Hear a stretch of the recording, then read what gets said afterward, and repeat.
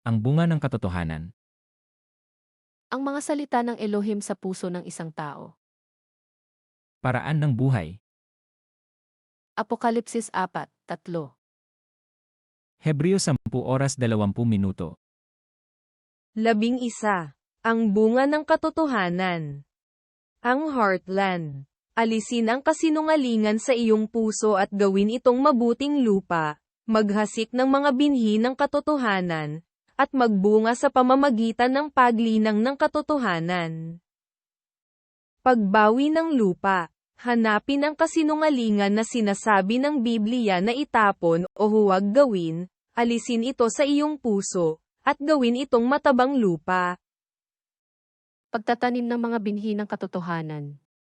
Hanapin ang katotohanan na sinasabi ng Biblia na panatilihin, at itanim ang binhi ng katotohanan sa pusong bukid na gawa sa matabang lupa, linangin ito at magbunga ng katotohanan. Ang bunga ng katotohanan. Ang bunga ng katotohanan. Proyek. 1. Proyek, itapon mo. 2. Proyek, wag na. 3. Proyek, panatilihin ito. 4. Proyek, gawin mo. IV. Proyek, gawin mo. Alisin ang kasinungalingan sa iyong puso at gawin itong mabuting lupa. Paraan ng buhay. Apokalipsis 4:3. Hebreo 10:20. Lucas Kapitulo 10 versikulo 2. At sinabi niya sa kanila, sa katotohanan ay marami ang aanihin, datapwat kakaunti ang mga manggagawa, kaya't idalangin ninyo sa Panginoon ang aanihin, na magpadala siya ng mga manggagawa sa kanyang aanihin. Sinabi niya sa kanila, sagana ang aanihin, ngunit kakaunti ang mga manggagawa. Idalangin niyo sa may-ari na magpadala siya ng mga manggagawa sa kanyang bukirin. Lucas Kapitulo 10 versikulo 5. At sa alinmang bahay na inyong pasukin, ay sabihin ninyo muna, kapayapaan nawa sa bahay na ito.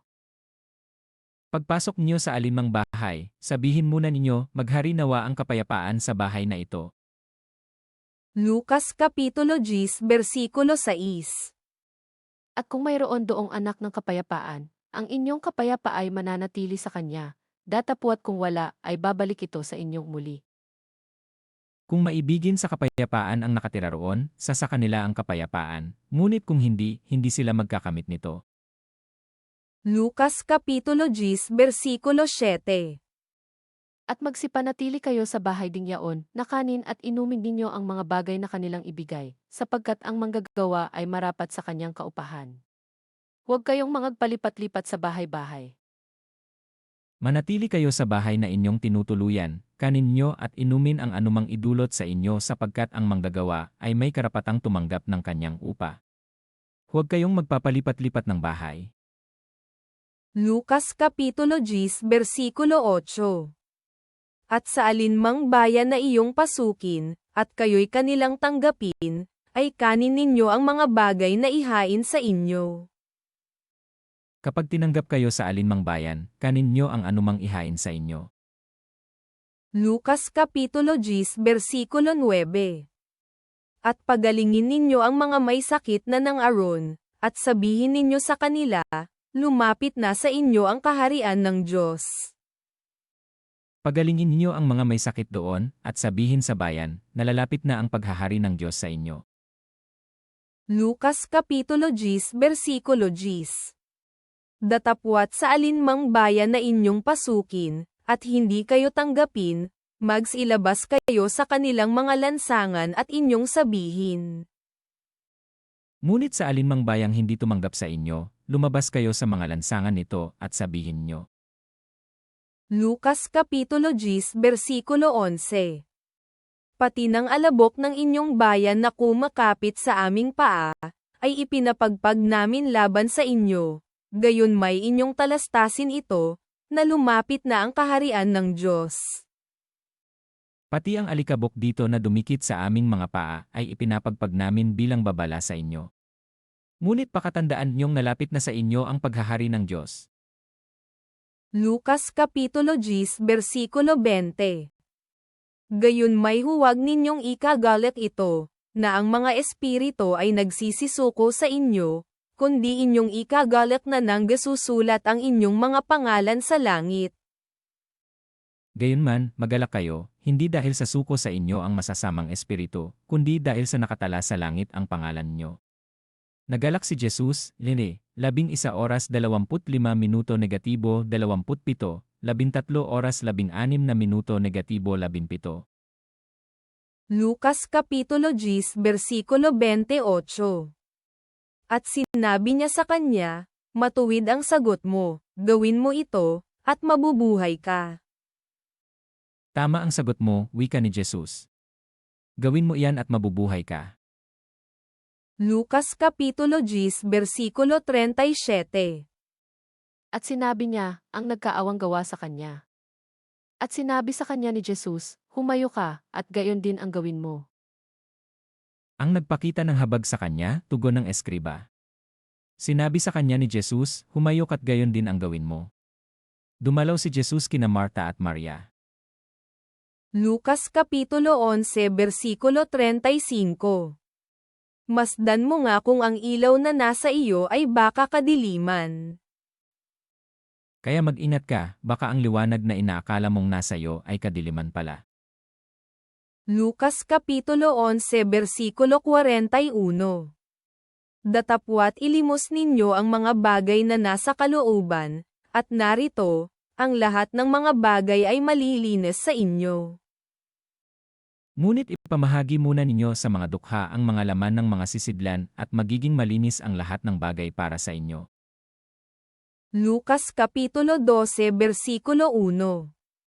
Samantalang nagkakatipon ang libo-libong tao, na anupat nagkakayapakan sila-sila, ay nagpasimula siyang magsalita muna sa kanyang mga alagad, mangaginat kayo sa lebadura ng mga Fariseo, na ito ay pagpapaimbabaw nga. Babala laban sa pagpapaimbabaw. DC, 10:26 negatibo 27. Samantalang dumaragsa ang libu-libong tao, anupat nagkakatapakan sila, nagsalita muna si Jesus sa kanyang mga alagad. Mag-ingat kayo sa lebadura ng mga Pariseo, ito ay ang pagpapaimbabaw. Lucas Kapitulo 12 versikulo 5. Datapwat ipinagpapauna ko sa inyo kung sino ang inyong katatakutan. Katakutan ninyo iyaong pagkatapos na pumatay, ay may kapangyarihang magbulid sa impyerno. Tunay, sinasabi ko sa inyo, siya ninyong katakutan. Sasabihin ko sa inyo kung sino ang dapat ninyong katakutan. Katakutan niyo yaong pagkatapos na pumatay ay may kapangyarihan pang magbulid sa impyerno. Sinasabi ko sa inyo, ang Diyos ang dapat ninyong katakutan. Lucas Kapitulo 12 versikulo 15. At sinabi niya sa kanila, mangagmasid kayo, at kayo'y mangag-ingat sa lahat ng kasakiman, sapagkat ang buhay ng tao ay hindi sa kasaganaan ng mga bagay na tinatangkilik niya. At sinabi niya sa kanilang lahat, mag-ingat kayo sa lahat ng uri ng kasakiman, sapagkat ang buhay ng tao ay wala sa laki ng kayamanan. Lucas Kapitulo 12 versikulo 33. Ipagbili ninyo ang inyong mga tinatangkilik, at kayo'y mga glimos, magsigawa kayo sa ganang inyo ng mga supot na hindi nangaluluma, isang kayamanan sa langit na hindi nagkukulang, na dooy hindi lumalapit ang magnanakaw, o naninira man ang tanga. Ipagbili ninyo ang inyong ari-arian, at mamigay kayo sa mga dukha. Gumawa kayo ng mga lukbutang hindi naluluma, at mag-impok ng kayamanan sa langit, na hindi nakukulangan sapagkat dooy walang makalalapit na magnanakaw at walang makapaninirang tanga.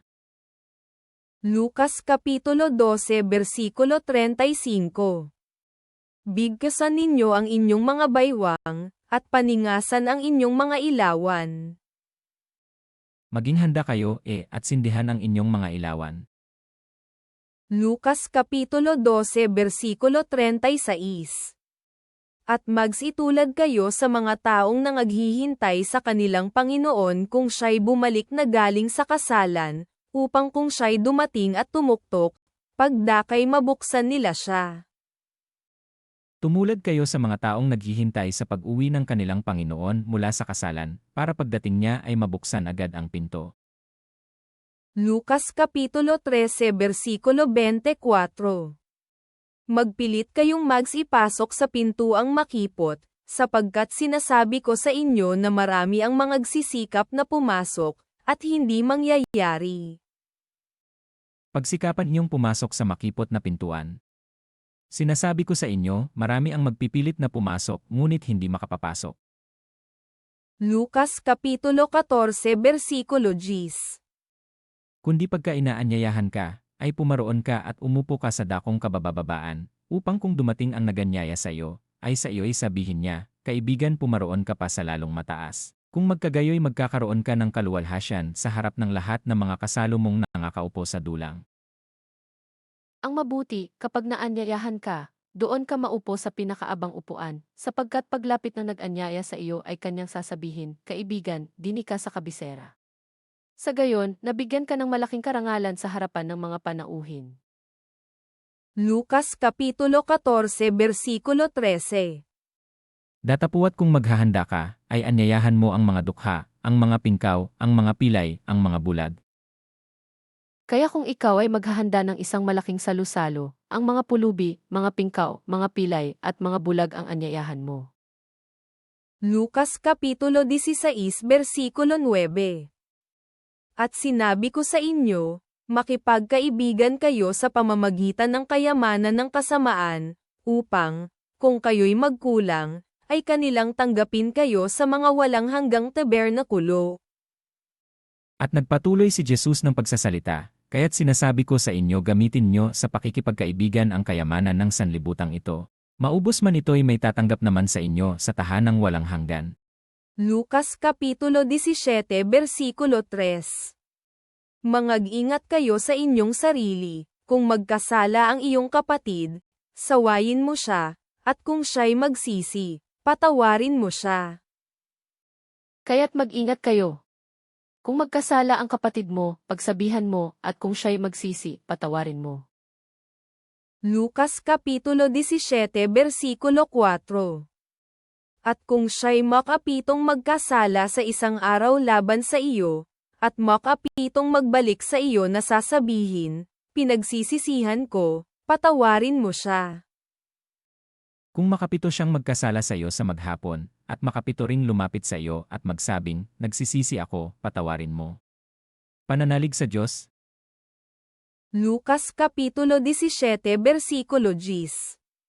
Gayon din naman kayo, pagka nanggagawa na ninyo ang lahat ng mga bagay na sa inyo'y iniutos, inyong sabihin, mga aliping walang kabuluhan kami, ginawa namin ang katungkulan naming gawin. Gayon din naman kayo, kapag nagawa na ninyo ang lahat ng iniutos sa inyo, sabihin ninyo, kami mga aliping walang kabuluhan, tumupad lamang kami sa aming tungkulin, ang pagpapagaling sa 10 ketongin. Lucas Kapitulo 20 Versikulo 46.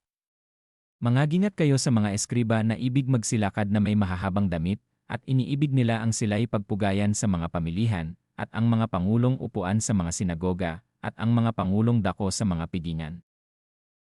Mag-ingat kayo sa mga eskriba na natutuwang maglalakad ng may mahahabang kasuutan at gustong-gustong pagpugayan sa mga liwasan. Ang ibig nila ay ang mga tanging luklukan sa sinagoga at upuang pandangal sa mga piging. Lucas Kapitulo 21 Versikulo 8. At sinabi niya, mangagingat kayo na huwag kayong mga iligaw, sapagkat marami ang paririto sa aking pangalan na magsasabi, ako ang Kristo, at malapit na ang panahon, huwag kayong magsisunod sa kanila. Sumagot siya, mag-ingat kayo at nang hindi mailigaw ni numan. Sapagkat marami ang darating sa aking pangalan na magsasabi, ako ang Mesyas, at dumating na ang panahon. Huwag kayong susunod sa kanila. Lucas Kapitulo 21 Versikulo 36. Datapwat mangagpuyat kayo sa bawat panahon, na mangagsidaing, upang kamtin ninyo ang makatakas sa lahat ng mga bagay na ito na mangyayari, at upang manggakatayo kayo sa harapan ng anak ng tao. Kaya't maging handa kayo sa lahat ng oras. Lagi ninyong idalangin na magkaroon kayo ng lakas upang makaligtas sa lahat ng mangyayaring ito at makaharap sa anak ng tao. Lucas Kapitulo 22 Versikulo 19. At siya ay dumampot ng tinapay, at nang siya ay makapagpasalamat, ay kanyang pinagputol-putol, at ibinigay sa kanila, na sinasabi, ito'y aking katawan, na ibinibigay dahil sa inyo, gawin ninyo ito sa pag-aalaala sa akin. At dumampot siya ng tinapay at, matapos magpasalamat sa Diyos, kanyang pinagpira-piraso at ibinigay sa kanila. Sinabi niya, ito ang aking katawan na ibinigay para sa inyo. Gawin niyo ito bilang pag-aalaala sa akin. Lucas Kapitulo 22 Versikulo 32. Datapwat ikaw ay ipinamanhik ko, na huwag magkulang ang iyong pananampalataya, at ikaw, kung makapagbalik ka ng muli, ay papagtibayin mo ang iyong mga kapatid. Subalit idinalangin ko na huwag lubusang mawala ang iyong pananampalataya. At kapag nagbalik loob ka na, patatagin mo ang iyong mga kapatid. Lucas Kapitulo 22 Versikulo 40.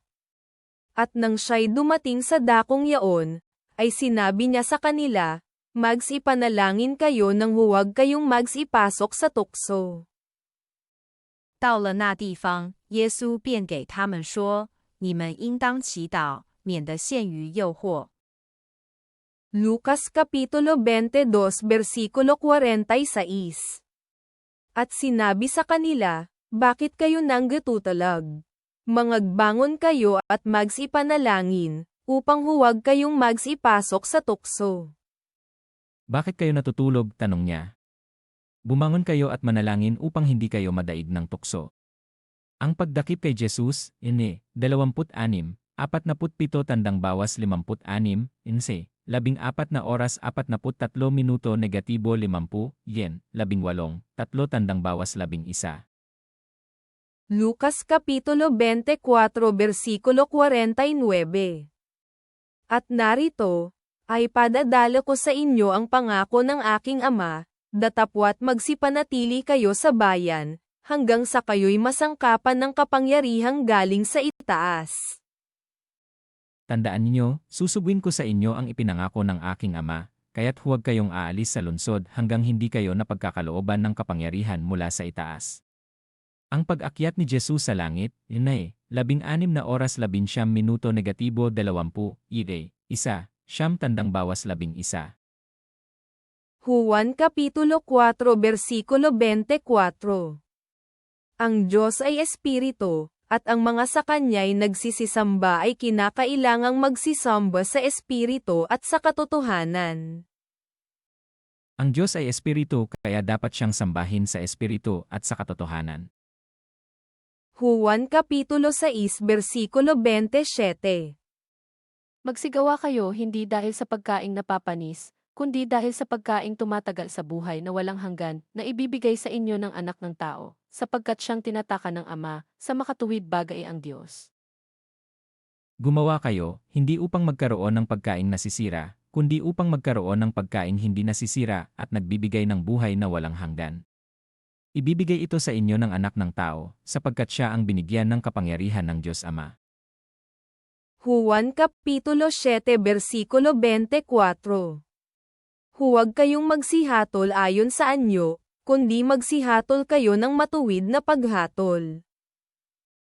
Humatol kayo ng matuwid, huwag ayon sa anyo. Ito na nga kaya ang misyas. Juan Kapitulo 7 Versikulo 37. Nang huling araw nga, na dakilang araw ng kapistahan, si Jesus ay tumayo at sumigaw, na nagsasabi, kung ang sinumang tao'y nauuhaw, ay pumarito siya sa akin at uminom. Sa huli at pinakatanging araw ng pista, tumayo si Jesus at malakas na sinabi, ang nauuhaw ay lumapit sa akin at uminom. Juan Kapitulo 10 Versikulo 38. Datapwat kung ginagawa ko, ang mga yaon kahit hindi kayo magsisampalataya sa akin, ay magsisampalataya kayo sa mga gawa, upang maalaman ninyo at mapagunawa na ang Ama ay nasa akin at ako'y nasa Ama.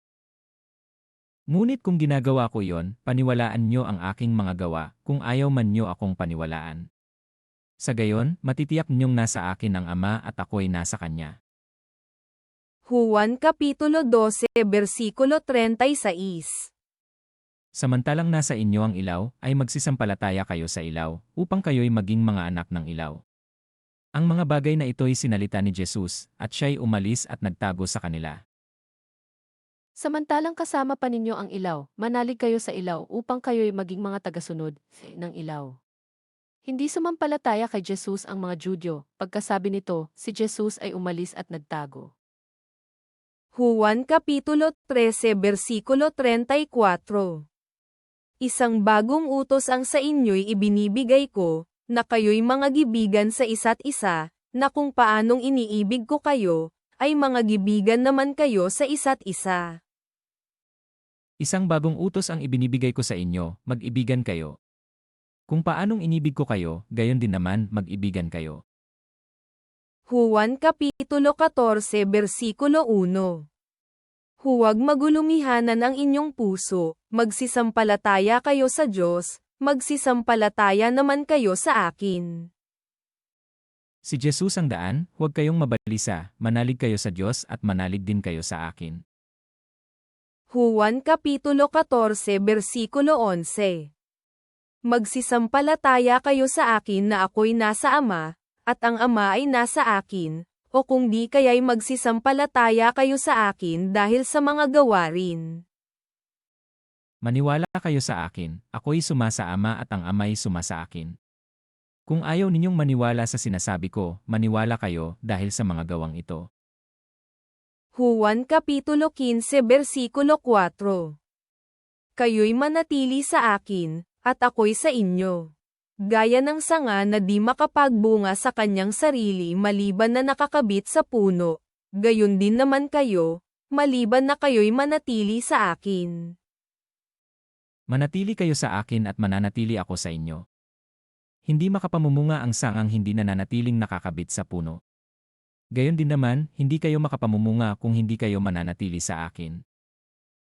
Juan Kapitulo 15 versikulo 9. Kung paanong inibig ako ng Ama, ay gayon din naman iniibig ko kayo, magsipanatili kayo sa aking pag-ibig. Kung paanong iniibig ako ng Ama, gayon din naman, iniibig ko kayo, manatili kayo sa aking pag-ibig. Juan Kapitulo 20 versikulo 27. Nang magkagayoy sinabi niya kay Tomas, idaiti mo rito ang iyong daliri at tingnan mo ang aking mga kamay, at idaiti mo rito ang iyong kamay, at isuot mo siya sa aking tagiliran, at huwag kang di mapanampalatayahin, kundi mapanampalatayahin. Saka sinabi kay Tomas, tingnan mo ang aking mga kamay at ilapit dito ang iyong daliri. Ipasok mo ang iyong kamay sa aking tagiliran. Huwag ka nang mag-alinlangan, maniwala ka na. Juan Kapitulo 21 versikulo 15. Kaya't nang makakapagpawing gutom sila, ay sinabi ni Jesus kay Simon Pedro, Simon, anak ni Juan, iniibig mo baga ako ng higit kaysa mga ito? Sinabi niya sa kanya, Panginoon, nalalaman mo na kita'y iniibig. Sinabi niya sa kanya, pakanin mo ang aking mga kordero. Pagkakain nila, tinanong ni Jesus si Simon Pedro, Simon, anak ni Juan, iniibig mo ba ako ng higit kaysa mga ito? Opo, Panginoon, nalalaman ninyong iniibig ko kayo, tugon niya. Sinabi sa kanya ni Jesus, pakanin mo ang aking mga batang tupa. Juan Kapitulo 21 versikulo 16. Sinabi niya sa kanyang muli sa ikalawa, Simon anak ni Juan, iniibig mo baga ako? Sinabi niya sa kanya, Panginoon, nalalaman mo na kita'y iniibig. Sinabi niya sa kanya, alagaan mo ang aking mga tupa. Muli siyang tinanong ni Jesus, Simon, anak ni Juan, iniibig mo ba ako? Sumagot si Pedro, Opo, Panginoon, nalalaman ninyong iniibig ko kayo. Ani Jesus, pangalagaan mo ang aking mga tupa. Juan Kapitulo 21 versikulo 17. Sinabi niya sa kanya sa ikatlo, Simon, anak ni Juan, iniibig mo baga ako? Nalumbay si Pedro sapagkat sa kanya'y sinabing makaitlo, iniibig mo baga ako? At sinabi niya sa kanya, Panginoon, nalalaman mo ang lahat ng mga bagay, nalalaman mo na kita'y iniibig. Sinabi sa kanya ni Jesus, pakanin mo ang aking mga tupa. Pangatlong ulit na tinanong siya ni Jesus, Simon, anak ni Juan, iniibig mo ba ako? Nalungkot si Pedro sapagkat makaitlo siyang tinanong, iniibig mo ba ako? At sumagot siya, Panginoon, lalaman po ninyo ang lahat ng bagay, lalaman ninyong iniibig ko kayo. Sinabi sa kanya ni Jesus, pakanin mo ang aking mga tupa. Gawa Kapitulo 3 versikulo 19.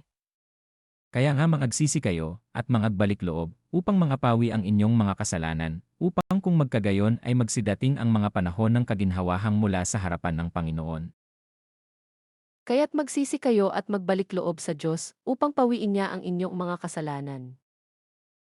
Gawa Kapitulo 8 Versikulo 22.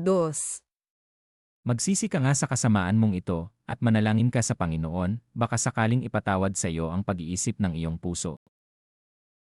Pagsisihan mo ang iyong kasamaan at manalangin ka sa Panginoon na naway ipatawad sa iyo ang masama mong hangarin. Gawa Kapitulo 15 Versikulo 29. Na kayo'y magsiilag sa mga bagay na inihain sa mga Diyos-Diyosan, at sa dugo, at sa mga binigti, at sa pakikiapid, kung kayo'y mangilag sa mga bagay na ito, ay ikabubuti ninyo. Paalam na sa inyo. Huwag kayong kakain ng anumang inihandog sa mga Diyos-Diyusan, ng dugo, at ng hayop na binigti. Huwag kayong makikiapid. Layuan niyo ang mga bagay na ito at mapapabuti kayo. Paalam. Gawa Kapitulo 16 Versikulo 31. At kanilang sinabi, manampalataya ka sa Panginoong Jesus, at maliligtas ka, ikaw at ang iyong sangbahayan. Sumagot sila, sumampalataya ka sa Panginoong Jesus, at maliligtas ka ikaw at ang iyong sambahayan. Gawa Kapitulo 20 Versikulo 31. Kaya nga kayo'y mangagpuyat, na alalahaning sa loob ng 3 taon, ay hindi ako naglikat sa gabi at araw ng paalaala sa bawat isa na may pagluha. Kaya't mag-ingat kayo, at alalahanin inyong tinuruan ko kayo gabit araw sa loob ng 3 taon at maraming luha ang pinuhunan ko. Gawa Kapitulo 20 Versikulo 35. Nagbigay halimbawa ako sa inyo sa lahat ng mga bagay, na sa ganitong pagpapagal ay dapat kayong magsisaklolo sa mahihina, at alalahanin ang mga salita ng Panginoong Jesus, na siya rin ang may sabi, lalo pang mapalad ang magbigay kaysa tumanggap. Sa lahat ng pagkakataon, ipinakita ko sa inyo na sa pamamagitan ng ganitong pagpapagal ay dapat ninyong tulungan ang mahihirap. Alalahanin ang mga salita ng Panginoong Jesus, higit na mapalad ang magbigay kaysa tumanggap. Roma Kapitulo 6 Versikulo 13. At huwag din naman niyong ihandog ang inyong mga sangkap sa kasalanan na pinakakasangkapan ng kalikuan, kundi ihandog ninyo ang inyong sarili sa Diyos, na tulad sa nangabuhay sa mga patay, at ang inyong mga sangkap na pinakakasangkapan ng katuwiran sa Diyos. Huwag ninyong ipailalim sa kapangyarihan ng kasalanan ang alinmang bahagi ng inyong katawan bilang kasangkapan ng kasamaan. Sa halip, pasakop kayo sa Diyos bilang mga taong namatay at muling binuhay at ihandog sa Kanya ang buo ninyong pagkatao bilang kasangkapan ng katuwiran. Roma Kapitulo 12 Versikulo 1. Kaya nga, mga kapatid, ipinamamanhik ko sa inyo, alang-alang sa mga kahabagan ng Diyos, na inyong iharap ang inyong mga katawan na isang haing buhay, banal, nakaaya-aya sa Diyos, na siya ninyong katampatang pagsamba. Pamumuhay Kristiyano, kaya nga, mga kapatid, alang-alang sa masaganang habag ng Diyos sa atin, ako'y namamanhik sa inyo, ialay ninyo ang inyong sarili bilang handog na buhay, banal at kalugod-lugod sa Kanya. Ito ang karapat-dapat na pagsamba ninyo sa Diyos.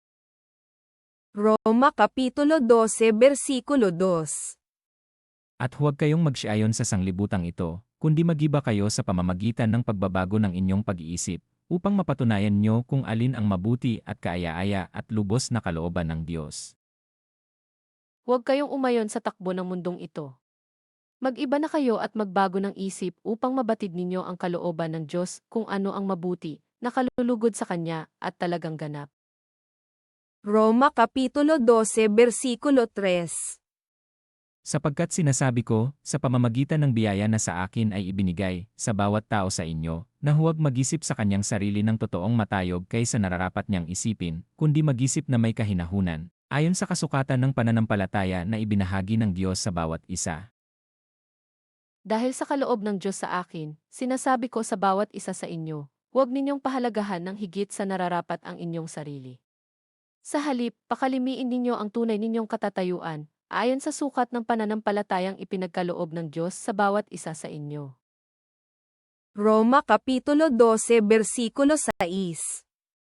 At yamang may mga kaloob na nagkakaiba-iba ayon sa biyaya na ibinigay sa atin, kung hula, ay manganghula tayo ayon sa kasukatan ng ating pananampalataya. Yamang mayroon tayong mga kaloob na magkakaiba ayon sa kagandahang loob ng Diyos sa atin, gamitin natin ang mga kaloob na iyan. Kung paghahayag ng kalooban ng Diyos ang ipinagkaloob sa atin, ipahayag natin ito ayon sa sukat ng ating pananampalataya. Roma Kapitulo 12 Versikulo 7. O kung ministeryo, ay gamitin natin ang ating sarili sa ating ministeryo, o ang nagtuturo ay sa kanyang pagtuturo. Kung paglilingkod, maglingkod tayo.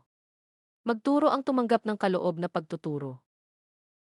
Roma Kapitulo 12 Versikulo 8. O ang umaaral, ay sa kanyang pag-aral, ang namimigay, ay magbigay na may magandang loob, ang nagpupuno, ay magsikap, ang nahahabag ay magsaya.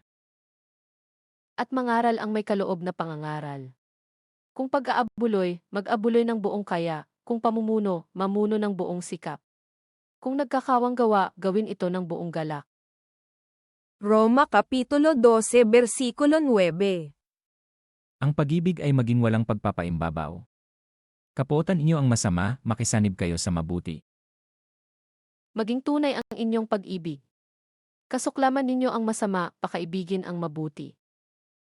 Roma Kapitulo 12 Versikulo 10. Sa pag-ibig sa mga kapatid ay mangagmahalan kayo, sa kapurihan ay ipagpauna ng isa't isa ang iba. Mag-ibigan kayo na parang tunay na magkakapatid. Pahalagahan ninyo ang iba ng higit sa pagpapahalaga nila sa inyo.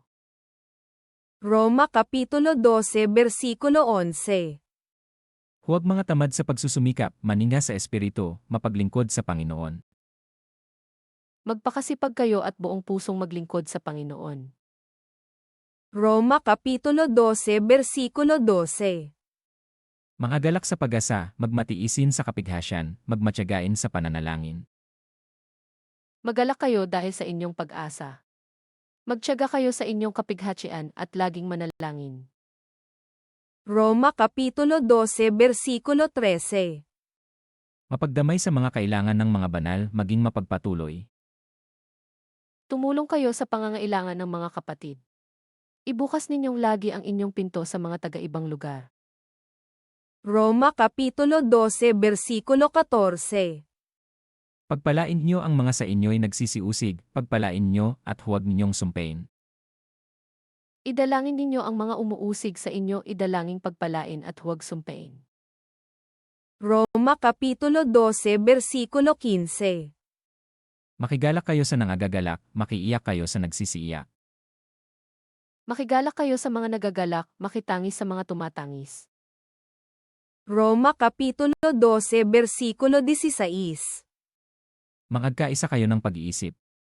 Huwag ninyong ilagak ang inyong pag-iisip sa mga bagay na kapalaluan, kundi makiayon kayo sa mga bagay na may kapakumbabaan. Huwag kayong mga panta sa inyong sariling mga haka. Magkaisa kayo ng loobin. Huwag kayong magmataas, kundi makisama sa mga aba. Huwag ninyong ipalagay na kayo'y napakarunong. Roma Kapitulo 12 Versikulo 17. Huwag kayong makagbayad sa kanino man ng masama sa masama. Isipin niyo ang mga bagay na kapuri-puri sa harapan ng lahat ng mga tao. Huwag ninyong gantihin ng masama ang masama. Sikapin ninyong mamuhay ng marangal sa lahat ng panahon. Roma Kapitulo 12 Versikulo 18. Kung maaari, ayon sa inyong makakaya, ay magkaroon kayo ng kapayapaan sa lahat ng mga tao. Hanggat maaari, makisama kayong mabuti sa lahat ng tao. Roma Kapitulo 12 Versikulo 19. Huwag kayong maghigantihan, mga iniibig, kundi bigyan niyong daan ang galit ng Diyos, sapagkat nasusulat, akin ang paghihiganti, ako ang gaganti, sabi ng Panginoon. Mga minamahal, huwag kayong maghiganti, ipaubayan ninyo iyon sa Diyos.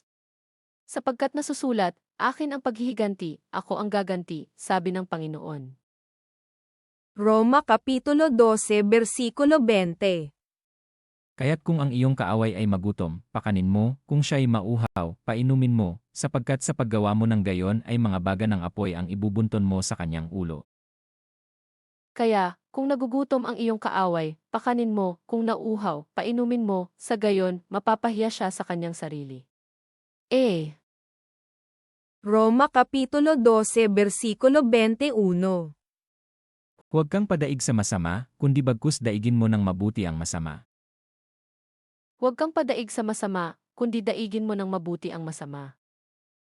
Roma Kapitulo 13 Versikulo 1. Ang bawat kaluluwa ay pasakop sa matataas na kapangyarihan, sapagkat walang kapangyarihan na hindi mula sa Diyos, at ang mga kapangyarihang yao'y hinirang ng Diyos. Tungkulin sa mga pinuno ng bayan, ang bawat tao'y pasakop sa mga pinuno ng pamahalaan. Sapagkat walang pamamahalang hindi mula sa Diyos at ang mga pamahalaang umiiral ay itinatag ng Diyos. Roma Kapitulo 13 Versikulo 3. Sapagkat ang mga pinuno ay hindi kilabot sa gawang mabuti, kundi sa masama. At ibig mo bagang mawalaan ng takot sa may kapangyarihan. Gawin mo ang mabuti at magkakamit ka ng kapurihan sa Kanya. Ang mga pinuno ay dapat katakutan ng gumagawa ng masama, ngunit walang dapat ikatakot sa kanila ang gumagawa ng mabuti. Ibig mo bang huwag matakot sa mga namumuno? Gumawa ka ng mabuti at papupurihan kanila. Roma Kapitulo 13 Versikulo 7. Ibigay ninyo sa lahat ang sa kanila'y nararapat, buwis sa dapat buwisan, ambag sa dapat ambagan, takot sa dapat katakutan, puri sa dapat papurihan. Ibigay ninyo sa bawat isa ang nararapat sa kanya, magbayad kayo ng buwis sa kinaukulan, gumalang sa nararapat igalang at parangalan ang dapat parangalan. Tungkulin sa kapwa. Roma Kapitulo 13 Versikulo 9. Sapagkat ito, huwag kang mangangalunya, huwag kang papatay, huwag kang magnanakaw, huwag kang mananakim, at kung mayroon pang ibang utos, ay nauwi sa salitang ito, sa makatuwid bagay ibigin mo ang iyong kapwa na gaya ng sa iyong sarili. Ang mga utos, gaya ng, huwag kang mangangalunya, huwag kang papatay, huwag kang magnanakaw, huwag kang mag-iimbot, at ang alinmang utos na tulad ng mga ito ay nabubuo sa ganitong pangungusap, ibigin mo ang iyong kapwa gaya ng iyong sarili. Roma Kapitulo 13 Versikulo 12. Ang gabi ay totoong malalim, at ang araw ay malapit na, iwaksi nga natin ang mga gawa ng kadiliman, at ating isakbat ang mga sandata ng kaliwanagan. Namamaalam na ang gabi at malapit ng lumiwanag. Layuan na natin ang lahat ng gawang masama at italaga ang sarili sa paggawa ng mabuti. C. Roma Kapitulo 13 Versikulo 13. Magsilakad tayong mahinhin, gaya ng sa araw, huwag sa katakawan at paglalasing, huwag sa kalibugan at sa kahalayan, huwag sa mga pagkakaalit at pagkakainggitan. Mamuhay tayo ng marangal at huwag gugulin ang panahon sa paglalasing at magulong pagsasaya, sa pagpapakasawa sa pita ng laman at kahalayan, sa alitan at inggitan. Roma Kapitulo 14 Versikulo 13. Huwag na nga tayong mangaghatulan pa sa isa't isa, kundi bagkus ihatol ninyo ito, na ang sinuman ay huwag maglagay ng katitisuran sa daan ng kanyang kapatid o kadahilanan ng ikararapa. Huwag na tayong humatol sa isa't isa. Sa halip, iwasan na nating tayo'y maging dahilan ng pagkakasala ng ating kapatid. Roma Kapitulo 14 Versikulo 16. Huwag nga ninyong pabayaan na pagsalitaan ng masama ang inyong kabutihan. Ingatan mong ang kalayaang ito, ay huwag mapulaan ng iba. Roma Kapitulo 15 Versikulo 1. Tayong ang malalakas ay nararapat mangagbata ng kahinaan ng mahihina, at huwag tayong mangagbigay lugod sa ating sarili. Bigyang kasiyahan ang kapwa, huwag ang sarili, dapat pagtiisan nating malalakas ang mahihina sa pananampalataya, at huwag ang sariling kasiyahan lamang ang isipin. Roma Kapitulo 15 Versikulo 2. Bawat isa sa atin ay magbigay lugod sa kanyang kapwa, sa kanyang ikabubuti sa ikatitibay.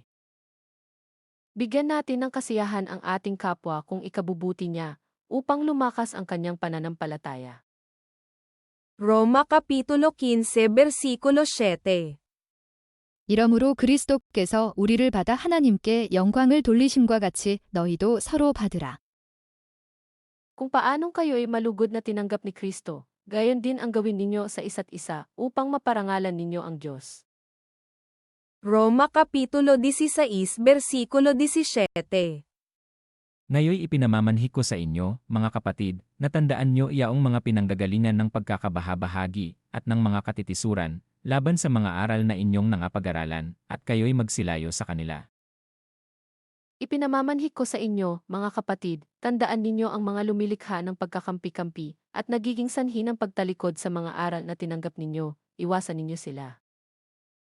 Unang Korinto Kapitulo 1 Versikulo 10. Ngayoy ipinamamanhik ko sa inyo, mga kapatid, sa pamamagitan ng pangalan ng ating Panginoong Jesucristo, na kayong lahat ay magsalita ng isa lamang bagay, at huwag magkaroon sa inyo ng mga pagkakabahabahagi, kundi kayo'y mangalubos sa isa lamang pag-iisip at isa lamang paghatol. Mga kapatid, ako'y nananawagan sa inyo sa ngalan ng ating Panginoong Jesucristo, magkaisa kayo sa pananalita, isip at layunin upang mawala sa inyo ang pagkakabahabahagi. Unang Korinto Kapitulo 3 Versikulo 10. Ayon sa biyaya ng Diyos na ibinigay sa akin, na tulad sa matalinong tagapagtayo ay inilagay ko ang pinagsasaligan, at iba ang nagtatayo sa ibabaw nito. Ngunit ingatan ng bawat tao kung paano ang pagtatayo niya sa ibabaw nito. Ayon sa kaloob ng Diyos sa akin, ako ang naglagay ng pundasyon bilang mahusay na tagapagtayo. Iba naman ang nagpapatuloy ng pagtatayo ng gusali. Ngunit maging maingat ang bawat nagtatayo. Unang Korinto Kapitulo 6 Versikulo 18. Magsitakas kayo sa pakikiapid. Lahat ng kasalanang gawin ng mga tao ay nangasa labas ng katawan, ngunit ang gumagawa ng pakikiapid ay nagkakasala laban sa kanyang sariling katawan. Huwag kayong makikiapid. Sa alinmang ibang kasalanan na ginagawa ng tao, iba ang napipinsala, ngunit sa pakikiapid, sariling katawan ang kanyang pinipinsala. Unang Korinto Kapitulo 6 Versikulo 20. Sapagkat kayo'y binili sa halaga, luwalhatiin nga ninyo ng inyong katawan ang Diyos. Binili niya kayo sa malaking halaga. Kaya't gamitin ninyo ang inyong katawan upang maparangalan ang Diyos. Unang Korinto Kapitulo 7 Versikulo 2. Datapuat, dahil sa mga pakikiapid, ang bawat lalaki ay magkaroon ng kanyang sariling asawa, at bawat babae ay magkaroon ng kanyang sariling asawa. Ngunit para maiwasan ang pakikiapid, bawat lalaki o babae dapat magkaroon ng kanya-kanyang asawa. Unang Korinto Kapitulo 7 Versikulo 3. Ibigay ng lalaki sa asawa ang sa kanya'y nararapat, at gayon din naman ang babae sa asawa. Dapat din ng lalaki ang tungkulin niya sa kanyang asawa, gayon din ang babae. Unang Korinto Kapitulo 7 Versikulo 9. Ngunit kung sila'y hindi makapagpigil, ay magsipag-asawa, sapagkat magaling ang mag-asawa kaysa mangagningas ang pita. Ngunit kung hindi sila makapagpigil sa sarili, mag-asawa sila, mas mabuti ang mag-asawa kaysa magkasala, Unang Korinto Kapitulo 7 Versikulo 17. Ayon na lamang sa ipinamahagi ng Panginoon sa bawat isa, at ayon sa pagkatawag ng Diyos sa bawat isa, ay gayon siya lumakad. At gayon ang iniutos ko sa lahat ng mga iglesia. Mamuhay ang bawat isa ayon sa ipinagkaloob sa kanya ng Panginoon, at magpatuloy sa kalagayan niya sa buhay nang siya'y tawagin ng Diyos.